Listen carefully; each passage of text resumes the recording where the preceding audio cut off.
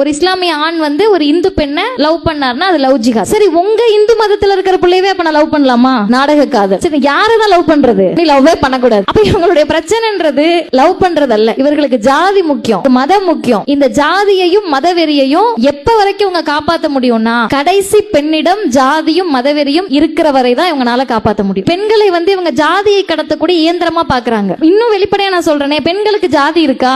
கிடையாது. மனதர்மத்தின் படியோ சாஸ்திரத்தின் படியோ சம்பிரதாயத்தின் படியோ நாங்கெல்லாம் காஸ்ட்லெஸ். பெண்களுக்கு ஜாதியும் இல்ல, வர்ணமும் கிடையாது. ரெண்டாவது, சரி பெண்களுக்கு ஊராது இருக்கான்னு கேட்டீங்கன்னா எங்களுக்கு ஊரும் கிடையாது. எந்த ஊருமா? அப்பா பிறந்த ஊரு. அப்பா இந்த ஊருங்க. இப்ப அவர் ஊர் இதுங்க. சரி, நீ எங்க? ஒன்னு ஊர் எது? அப்ப எங்க அப்பாவுக்கு எந்த ஊரோ அதுதான் எனக்கு ஊரு. எங்க அம்மாக்கு எது ஊரு? அவங்க அப்பா ஊர் தான். அப்ப பெண்களுக்கு என்ன? எங்களுக்கு ஊரு இல்ல, ஜாதி இல்ல, வர்ணம் இல்ல, அடையாளம் இருக்கா அப்படின்னு கேட்டோம்னா, அந்த அடையாளத்தை தேடி வரக்கூடிய பெண்களை தான் வெறுப்பு அரசியல் மூலமாக இன்றைக்கு ஆளக்கூடிய ஒன்றிய அரசு அடக்கி கொண்டிருக்கிறது.